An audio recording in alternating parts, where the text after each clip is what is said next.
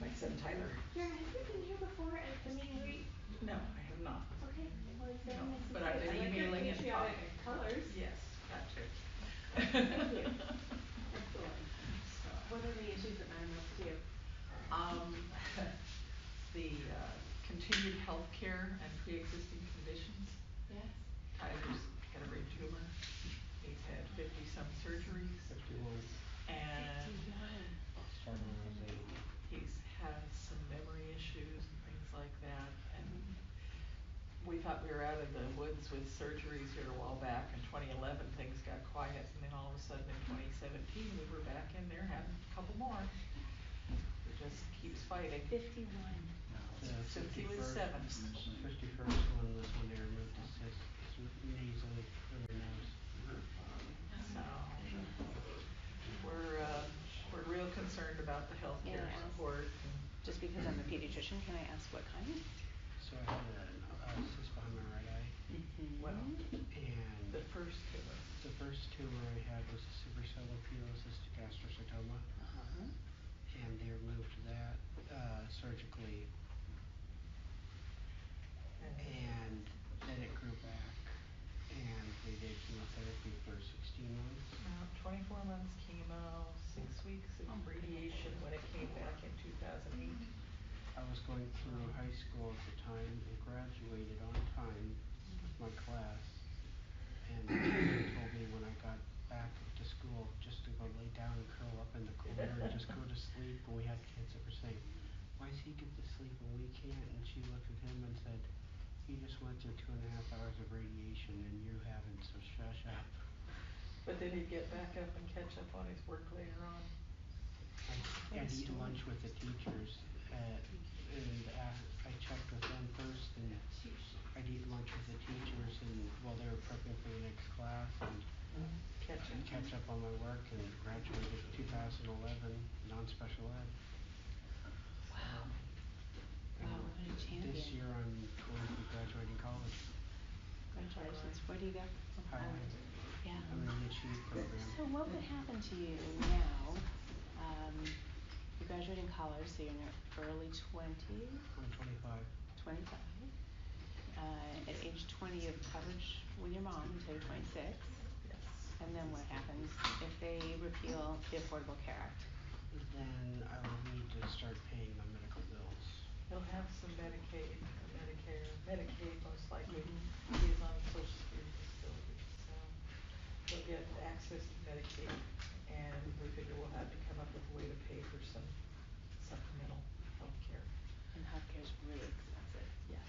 So keeping the Affordable Care Act protections for people with pre-existing conditions is critical for you. Yes. Yeah. Wow. And your care's been at Children's? It's been at Children's, UW, and Harborview. And Virginia Mason. And Virginia Mason. Wow. Well, I'm glad that you are doing well. I'm sorry that you have had 51 operations and that you have this anxiety hanging over you. The toughest one for me probably wasn't the brain surgeries. They had to put pins in my hips. I had a skiffy where my hip slipped on the ball. My hip slipped on. Because they had him on growth hormone. One hip slipped on the ball socket. The other one they had to break to put a pin in. I was in a wheelchair for 8 weeks. Wow. Did they have you on prednisone? Did that contribute to anything? Yeah. Still. So prednisone put more pressure on your hips, weakened your bones, and then you got skiffy. Oh, I'm sorry. It's So pituitary and all I don't know if you know where Valley Medical is in Renton. I sure do. So when you're going up the hill, there's a private school they call New Horizons. Yeah. That's the school I went to when I was in my wheelchair. I had all my classes on the upper part of the hill, but they decided to move me to the lower area with the older kids. I was a 6th grader and they had me in an 8th grade class. I learned real fast, show respect or give your butt kicked. Yeah. Well, I'm guessing you had to also be pretty sharp and do your work to be competing at that level. The teacher that I had for the 8th grade class was the music teacher also, and he wouldn't take anything from anyone. And when I said that I needed help, he'd just say, just come ask me and I'll help you, otherwise just keep working. Okay. Because this was a school for kids with ADHD, ADD, Down syndrome, dyslexia, autism, and a couple of other disorders. Mm-hmm. Everybody with different needs and different special needs, Yes. but all grouped together in the same classroom. 72 kids total in the entire school. Yeah. And how many in any one individual classroom? 12. 10 to 12. The smallest class is 6 kids. So federal fundings for students with disabilities is critical as well. Yes. Yeah. It wasn't being met in public school. We were working the public school system and we just couldn't handle the ADHD that he had to begin with, and then adding in the medical issues of the tumor and whatnot. One of my teachers. We ended up pulling him out and going for the more smaller classroom where he My excelled. teachers would allow kids to throw things at me, and when she wasn't looking at me, I'd say stop that, and I'd get sent to the principals.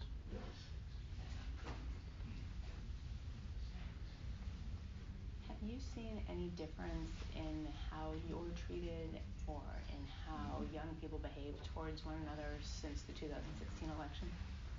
Not much. Okay. Just checking. And remind me of your first name again. I'm Tyler. Tyler. Thank you. Thank you for sharing your story. Because I volunteered at the elementary school, what was it, when I was 16? And there was a kid that fell, and they were just as cruel to him as they were to me when I was at the school. They'd laugh and point at him and call him names, and they did the same thing to me when I would fall. People's inhumanity to people. It does seem to be getting a little harsher. He was a 3rd grader, and I was helping watch him because he was going through summer school, and fell and hurt himself and was needed help up. I went and helped him, and there were kids pointing and laughing at him and saying, "You idiot," and all this. God, that's terrible. Sorry. I was too, but fortunately the teacher that I was helping said that I had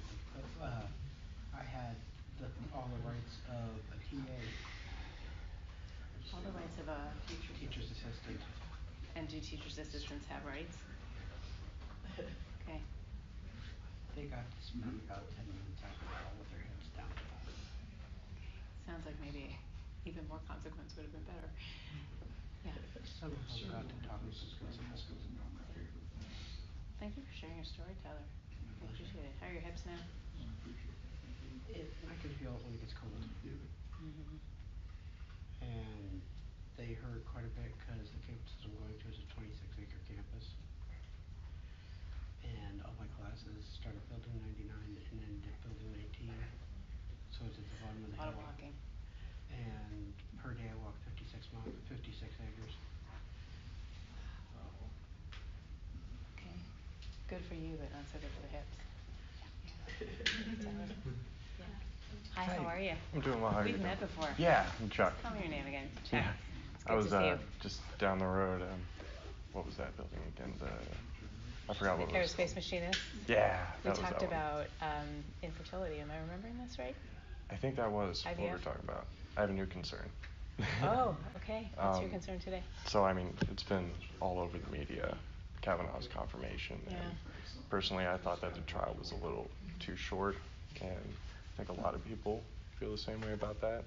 And I was just hoping to see if you had any plans to address that once you get in office. Well, the entire thing was just shameful and a heartbreak on a ton of levels. Yeah. I think what I come out of the whole thing with is it's more of an example of how divided we are. Yeah. And the toxic partisanship. But as a woman and as a woman running for office, right. It sends a big message to women that they're still not believed, they're not heard, and I believe Dr. Ford. And the whole episode was shameful. Kim, I just want to be mindful. I think Oh everyone my probably gosh, wants to hear your thoughts. Hi all. We were having this long conversation and you ruined all that. Thank you for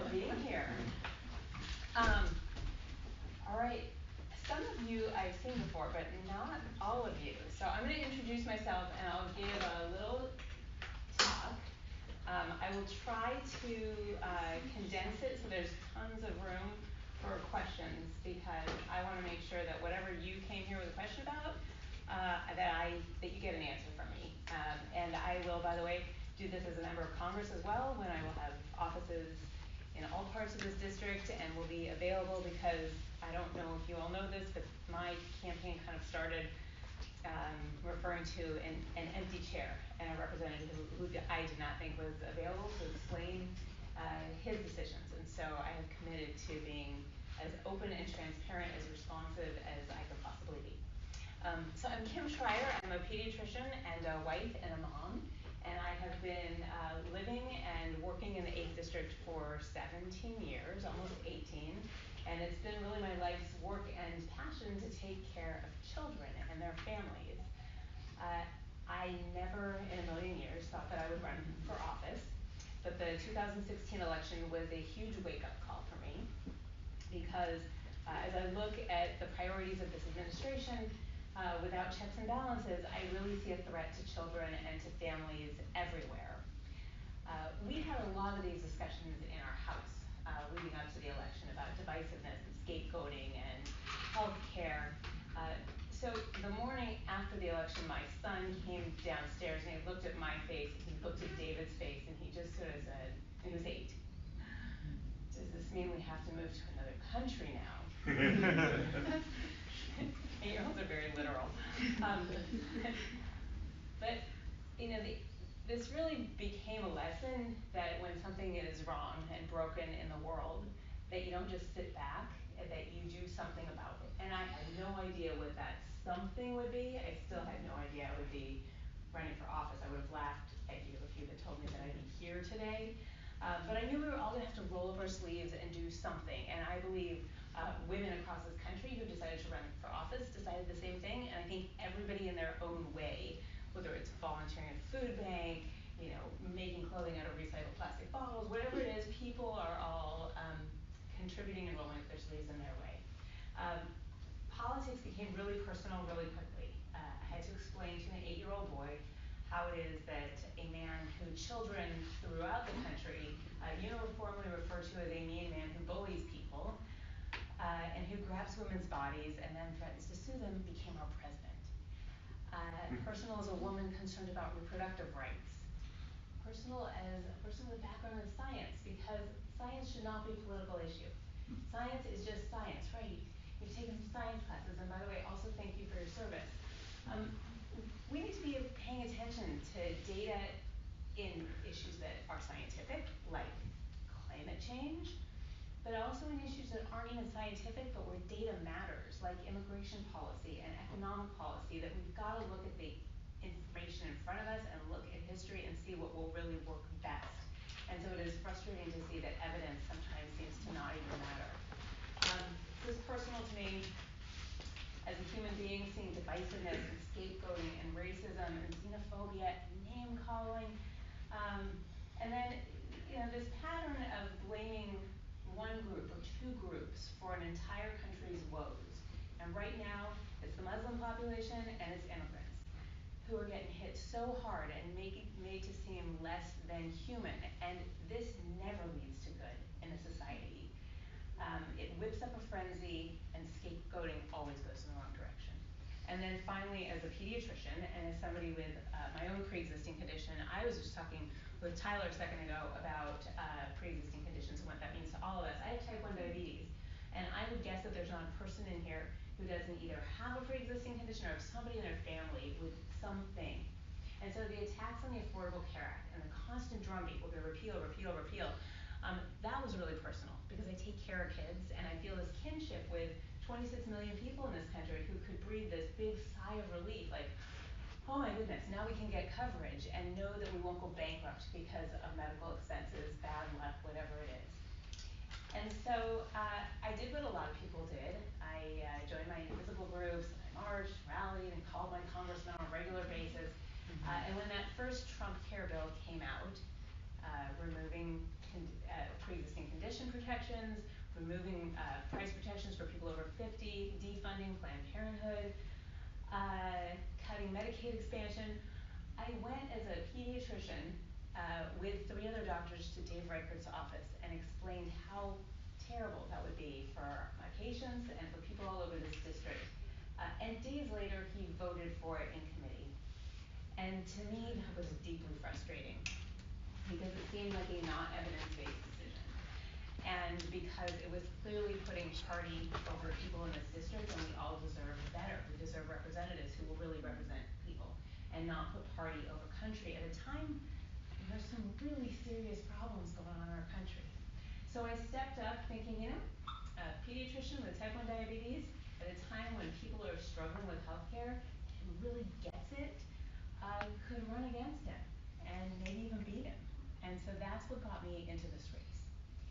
I believe this election is going to come down to a few key issues. One of them is healthcare, because people continue to suffer, people continue to have anxiety about the cost of medications and premiums and whether they'll have coverage. And I can speak to that as a pediatrician, as a doctor. The other is what's happening to the middle class, that we are losing the middle class in part because of policies, in part because of a tax plan that reinforced wealth over wealth, again, by giving 83% of the benefit to the wealthiest and the corporations, and that really didn't boost the middle class like it was supposed to. And so the loss of the middle class. And then the third is just checks and balances. That our government is supposed to be a series of 3 equal bodies of government that check and balance and counter each other. And right now we have an unchecked Trump administration that is working against the best interests of most people in this country. And that is why running for Congress is so important right now. What does a pediatrician bring to the table? Sometimes people ask, like, why a pediatrician? To me, it seems really obvious. Well, one, there's no women doctors in Congress. And I think that as we're discussing our nation's healthcare, there ought to be at least one woman doctor. And I think especially at a time when women's reproductive rights are constantly being eroded at, chipped away at, it's really important to have a strong voice for women's healthcare. Because you're going to grow up one day, sweetie, and you're going to want to know that you can have control over your own healthcare decisions, right? The other one is just a different lens that a pediatrician, and moms I think too, we look at our decisions not just about the next election a couple years away, but as how our decisions today will impact the next generation. And that informs my thinking about environmental policy. We just had a UN report that says we've got 12 years to take some really significant action. And that means we need federal leadership. This is not something we can expect to happen on a person-by-person basis. We need a real movement to address this. And it informs my thinking about how we level the playing field for kids. That if we really want every child to get the best shot possible at the American dream, we have to level the playing field. And that means investing in family planning services, in supporting pregnant moms, in universal subsidized daycare and preschool so that kids start kindergarten at least on equal footing. But if we don't address this until after high school, we've missed the boat. And so that is what the pediatrician brings to Congress, is this new and missing perspective, and there's nobody like me there. I'm excited about this race. It is also a really tight race, which makes it a little nerve-wracking. The polls have me and my opponent, Dino Rossi, neck and neck. But there could not be more difference between us on policy, on character, on how we've spent our lives. And I have spent these years taking care of families. I will continue to do that. That same spirit will follow me to Congress, to be responsive and be an advocate for people. Dino Rossi has spent the past 20, 25 years as a career politician, taking money from special interests, catering to special interests, and every chance he got to make a decision that would help people, he blew it. He promised to cut the minimum wage. He didn't support a bill that would have protected small businesses and helped them get back on their feet after the financial crisis. He has consistently put the needs of special interests above the needs of the people. And that includes his support of this tax plan that gave so much benefit to the wealthiest. It includes his unwillingness to let women make their own reproductive health care choices. And it includes his want to repeal the Affordable Care Act, which is so important to most of the people in this district. So that's why I'm running. The stakes are super high. And I want to answer your questions today, but I also have a favor to ask from all of you, which is, we've got 3 weeks and 3 days left before Election Day. Ballots will be in mailboxes in the next couple of days. And so this is the time, if you're ever thinking, maybe I could get involved in this race, like, we need you now. So talking to your neighbors, putting a sign in your yard, volunteering to phone bank or doorbell, every door knocked, every bit of voter contact makes a huge difference. Now you've been here, you've heard me, you can go talk with your friends and say, yeah, I heard her. Here's where she stands on the issues, here's how she thinks, here's why she's running. And tell your own reason for why you're supporting me. Okay, with that, I will take your questions.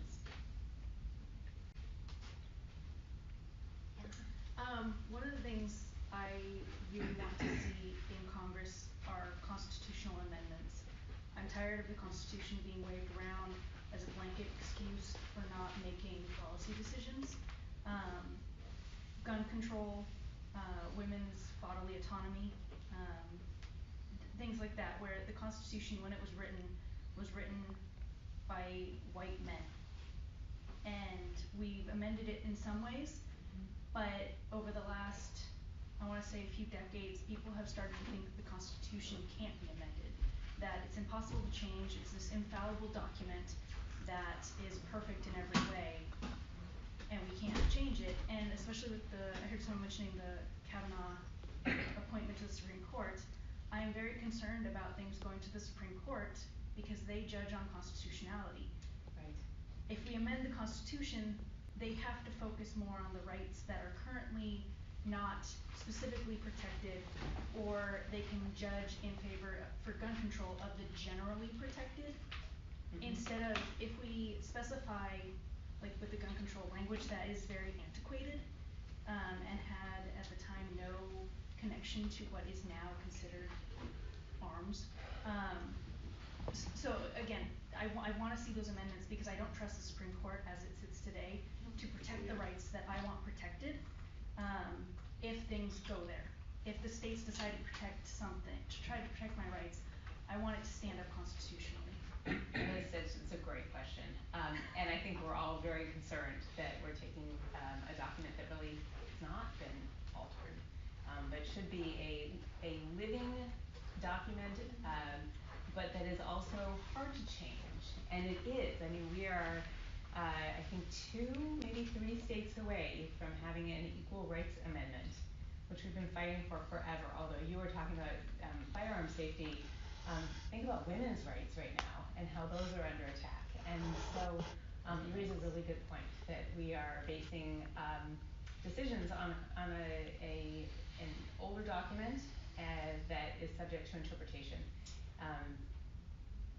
which is why we really need a balanced Supreme Court so that interpretation can be debated in a faithful and nonpartisan way. I'm gonna back up. I have had my thoughts about what is the most important matters, but over the last couple of weeks, I've had a new one bubble to the top: protection of the vote. Oh, yes. Yes, and wouldn't it be nice if all states had what we have here in Washington State, where ballots are mailed to our houses, we have 3 weeks to fill them out, as long as they're postmarked by Election Day, they get counted, they're postage free, we have automatic voter registration now. Like, we are doing everything possible, we're a model for the rest of the country on how you enfranchise voters, and it is critically important.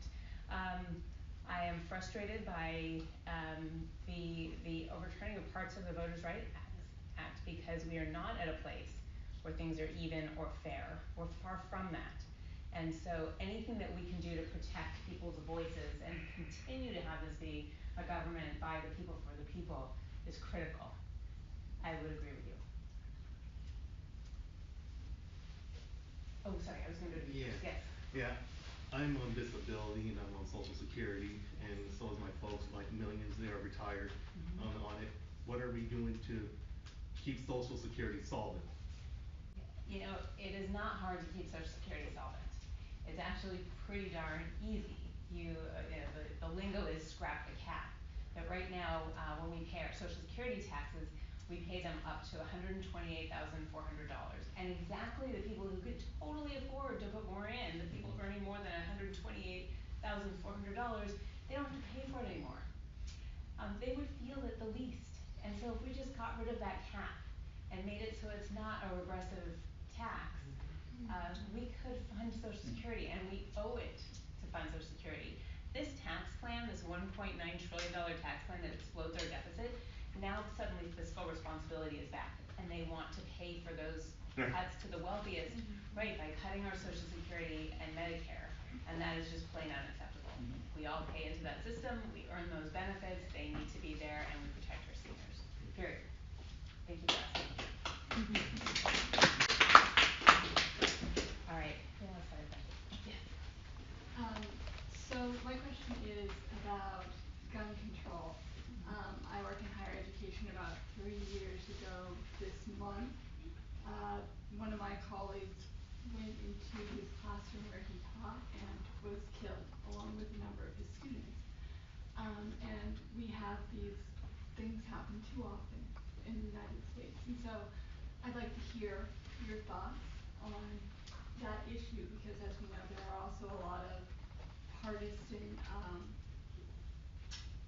groups that act to say that we can't restrict, that we all just have to deal in other ways. Isn't it horrifying that now we're no longer surprised when there's a school shooting? How horrifying is that? That it doesn't even surprise us, they're getting more and more common. Something definitely needs to be done, and I actually do not think this is so much a partisan issue as a special interests issue, and that Republicans and Democrats, we all want our kids safe in school. I mean, I send my child to our local public school every day and don't think anybody should have to worry about our kids' safety in schools. And if we make the plan, how are we gonna keep our kids safe in school? There are common sense safe gun ownership legislation that we could do tomorrow and that would get buy-in from everybody. But the gun lobby is buying our politicians and will not let them come to the table and work towards safer schools. And that includes Dino Rossi, who took $450,000 in free advertising from the NRA when he last ran for office. It is really important because we all want our kids safe, and there are things we can do. Universal background checks, making sure that people with a history of domestic violence don't get their hands on guns, because that is the #1 predictor. Past violence, specifically domestic violence, predicts that kind of behavior. And third is it should not be easier to buy a semi-automatic rifle than it is to buy a handgun. And so raising the age to 21, also not really controversial. And these are things that would keep all of us safer and certainly our kids safer. I wanted to mention one more thing on that topic because I'm a pediatrician. And so I also want to be mindful that although the media really focuses on those events and they draw all of our collective horror and attention, that still 3 out of 4 gun deaths in the 8th district are from suicide. And so we're talking about my patients, my teenage patients. And when you have a depressed teenage boy and a gun in the house that is not locked up and stored carefully, that is a recipe for disaster. Because if the depressed teenage boy reaches for something, it will be a gun. And if that gun is not locked up, 80% of the time, the weapon they choose will come from their own house. And if they do attempt suicide with a gun, then 90% of the time they will not survive. And so there's another simple solution. Just lock up your guns. Keep them out of the hands of kids. That will save lives and keep our children safe as well. Thank you. I'm a mental health counselor, so the gun piece, I've lobbied against, you know, the ease of having handguns for exactly the same reason as far as suicide. I just thought I'd throw in that the 2 highest populations are adolescent boys and elderly men. Yes. The elderly men one is the harder of the 2 to kind of solve as far as all that goes. But I think we need to have a more comprehensive view of mental health.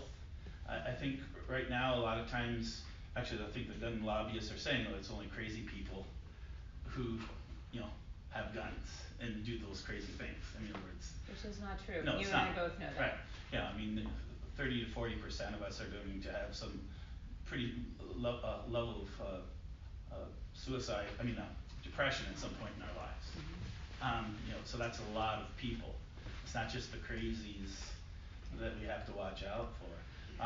And so, I think I guess what I would like, in addition to the gun aspect, is kind of know what your view is in terms of improving the kind of the mental health aspect of things.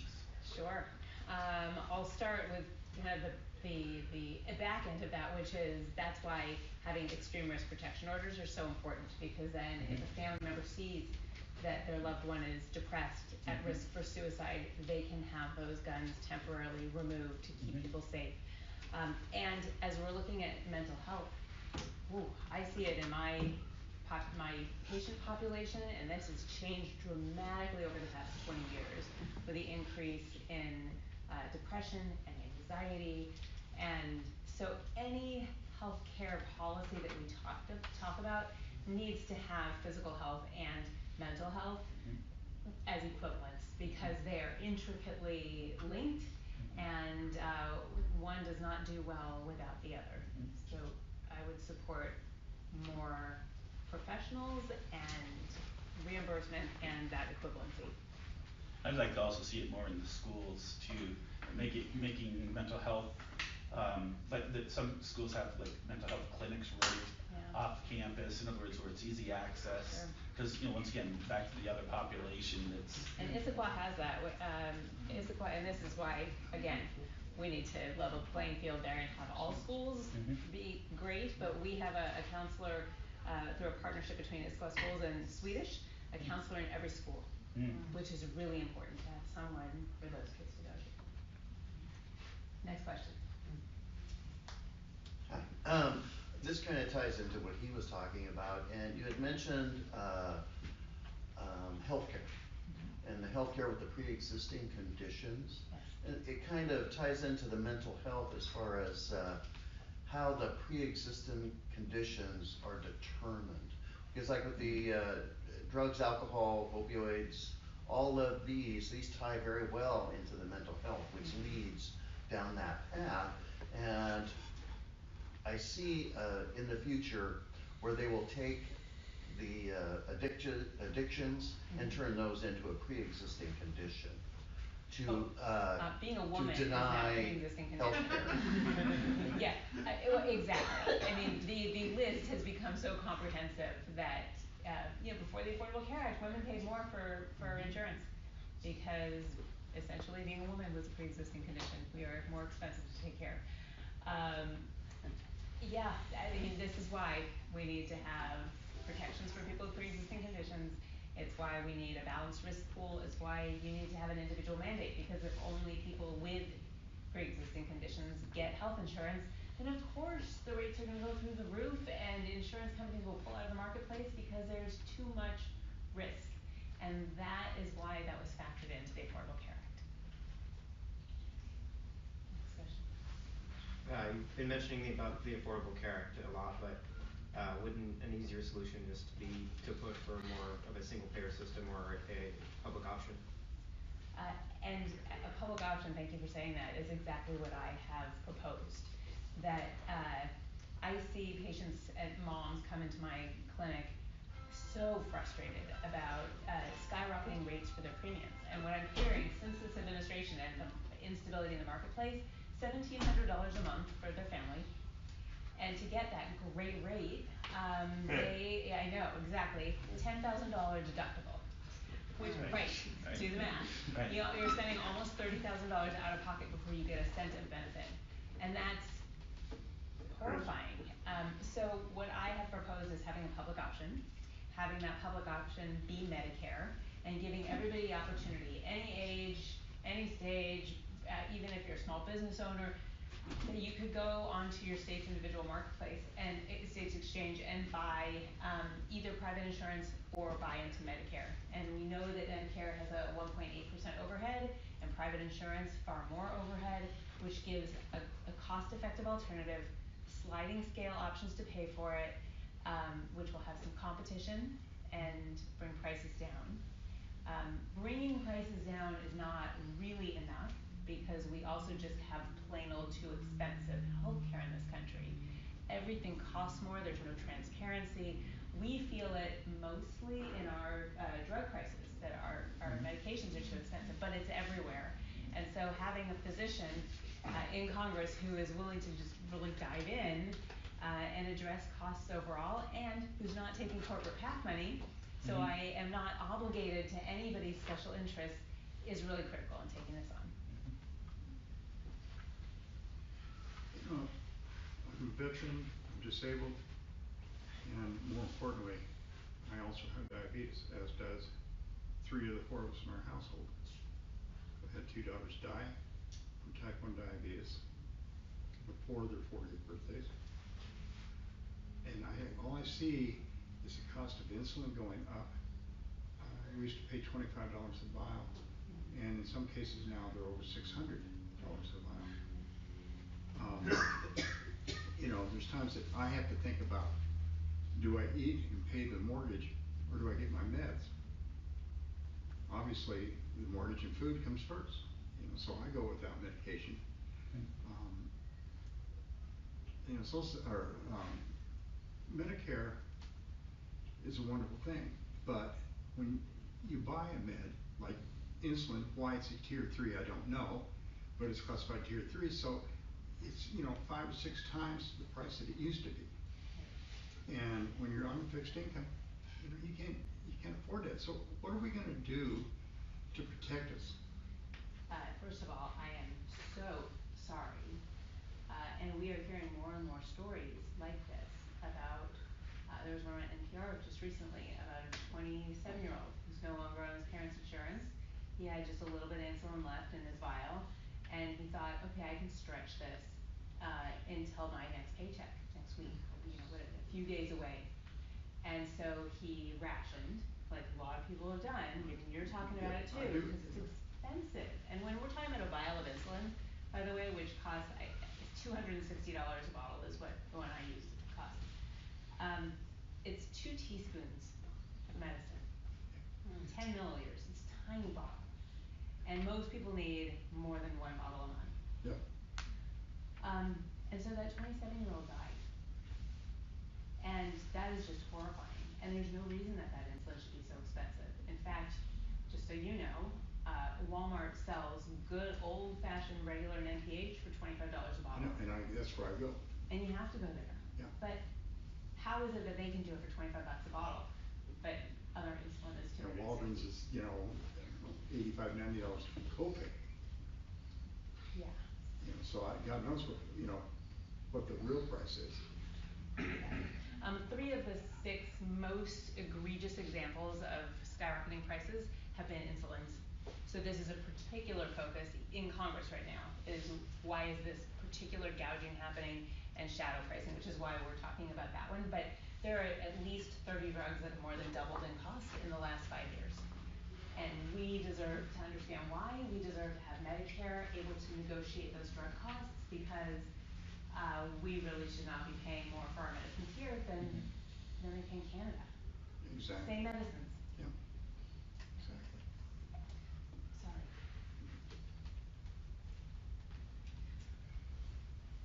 I can wait. So, first I want to say that I'm not a citizen, I'm an immigrant. I think we've met before. I've been following your work, and I saw you last Thursday at Sammamish. I've come here because I wanted to bring an immigrant perspective to the debate. I waited respectfully because I think most of the issues that everyone has brought up today are far more important than immigration. But I wanted to bring the perspective of immigration and how it impacts the US economy and the US citizen, because I don't think the US citizens know the position that the current administration, whatever position the current administration has taken on immigration, how it impacts the US citizen. The underlying principle, I feel, is that when you secure immigrant rights, you secure the rights of the US citizen in terms of labor force and jobs. When you allow immigrants to be when you allow immigrants to feel threatened, you give incentives to all employers to hire them, because a threatened individual will not change jobs. I'm speaking from my own experience. Will not change jobs, will not ask for a promotion, will not ask for a raise, will work 2 jobs at a time. I'm a high-skilled immigrant. I was fortunate to not have to do that, but I'm talking about all the undocumented immigrants. They'll work 2 jobs, and they will outwork any normal US citizen, not because the US citizen can't do it, but because it's natural. You know, when you're running you're running away from a tiger, you don't have to run faster than the tiger. You just have to run faster than the person running along with you, right? And let me bring to you. I mean, the media has been filled with debate on undocumented immigration, as if it's possible for any person to come into this country easily by just following the rules, filling out an application form, and voila, that person's is a permanent resident on his path to citizenship. I'm a native of India, and I came to this country 3 years ago. I am still not a permanent resident, and I am not a citizen yet. And hold your breath. The wait period for me to become a citizen is 150 years. Jesus. That's 150 years for any Indian or Chinese immigrant to become a US citizen. Now, what people have been talking about H1B abuse. Do you know how, I mean, the way H1B abuse occurs and how US citizens are discriminated against is because it makes sense for any employer to get an H1B from India, because he won't, for the same reasons, won't change, he'll pay all his taxes, he won't even have as much as a parking ticket, he will not change his job, he will not ask for a raise, and he will do twice the amount of work, and you can abuse him as much as you want for as much work as you can get from him, that no human being should be made to do. And if you don't secure immigrant rights, give him a path for citizenship, there is the reason why we have to wait 150 years is because there is a country-based cap on immigration. So someone from Greenland gets the country of Greenland gets the same number of green cards as the country of India, and the country of India has 1.5 billion population. The country of Greenland has 70,000, I think. And so it really means that someone can come from, say, Malaysia. It's not so much racist, though it tends to become a racist problem, because if it were a white issue, it wouldn't have it. If everyone from people from Europe as well as people from India and Africa had the same issue, then trust me, everyone would be screaming. But by throttling a certain section of society that has inherently, most Indians are usually, they don't get involved in politics, because let me tell you, Indian politics is horrible. So it's considered the most corrupt job to do. It's not considered a noble vocation. So people stay away from politics, they don't complain, and they just try to do the job even better, right? So this actually impacts the US citizen, and US citizens get discriminated against. It's become so normal today. So undocumented, in this administration, undocumented immigrants are discriminated against, because now they feel threatened, and therefore more and more undocumented immigrants will get jobs over US citizens. Documented immigrants like me will also be discriminated against. Will also get hired over a US citizen, and I'm not saying my employer does it. I work at Microsoft, and I know that Microsoft is very pro-immigrant, but that does not mean that they hire a US citizen, hire an immigrant over a US citizen. It's plain merit. But I know other companies that do.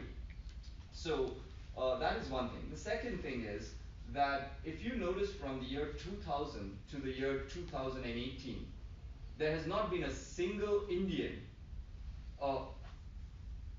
There was a guy by the name Sabir Bhatia in 1997. He invented Hotmail, which invented mail. After that, there have been thousands and hundreds of Indians who came into Silicon Valley and started startups, Sun Microsystems, Oracle, you name it, who've been who've been an essential part of startups. But because all the high skilled immigrants who go do a master's degree, go get our PhDs, have patents against our name, go start working in Microsoft and Amazon, I'm not saying Microsoft and Amazon are purposefully doing that, but when you start working for companies, they own your patents. So where we could have started new startups and competed against the giant companies, now more and more there's consolidation amongst the big five. People talk about the FANG groups. And Motorola was bought by Google only for their patents, and then they sold off everything else. Sorry, sir, I just want to be really mindful. So we lose the room in 10 minutes. Okay. Can we talk afterwards? Yes. Okay. Please. That would be Yeah, fantastic. I wanted you to go because I thought that was such a really important Yeah. perspective. And so I want to thank you. And I know you said you waited till the end to ask that because you somehow thought it was less important. Yes, I'll get to the question. It is critical. I mean, I was just going to say it is critical to the culture of our district and also to our economy, that we have a path to citizenship, that we have secure borders, that we have an updated, that we have comprehensive immigration reform. And we can do all of those, and I think you brought up some incredibly important points. Thank you. Yeah. Yep. Thank you. Okay. Other questions? One thing we haven't touched on are global warming issues and environmental issues. I wonder if that, because when, you have a beautiful forest and it's just clear cut. Or you have a beautiful salmon run and somebody says, oh, what a great place to start a copper mine, which poisons the river. So how can we counteract those kind of forces that, the whole reason we love being in the Northwest, with the trees and the salmon and all the beautiful things that we have, how do we protect that from disappearing because of, economic interests? Well, one way is that you vote, because a lot of what has happened is that all of this talk of deregulation takes away those protections. We have a Clean Water Act, we have a Clean Air Act, we have an EPA that's supposed to enforce those. But right now, the EPA is essentially run by industry, right. and the interest of industry is to make more money and to piss on the environment. Sorry, I shouldn't have said that. But that is ultimately what's going on. And so again, when you have a government that is working for industry and for corporations and for special interests and not for the people, because the people, we love our green spaces. Look at the 8th district. Look at what we have in the 8th district. Mount Rainier, Lake Chelan, Mount Sisson Greenway. We have the Cedar River. We have the Alpine Wilderness, Snoqualmie National Forest. I mean, think about that wealth. Think about the recreational economy that we have, whether that is fishing, rafting, mountain biking, whatever it is. This is critical for our way of life, our culture, our health, and our economy. And so this is why we need to vote. Because if you vote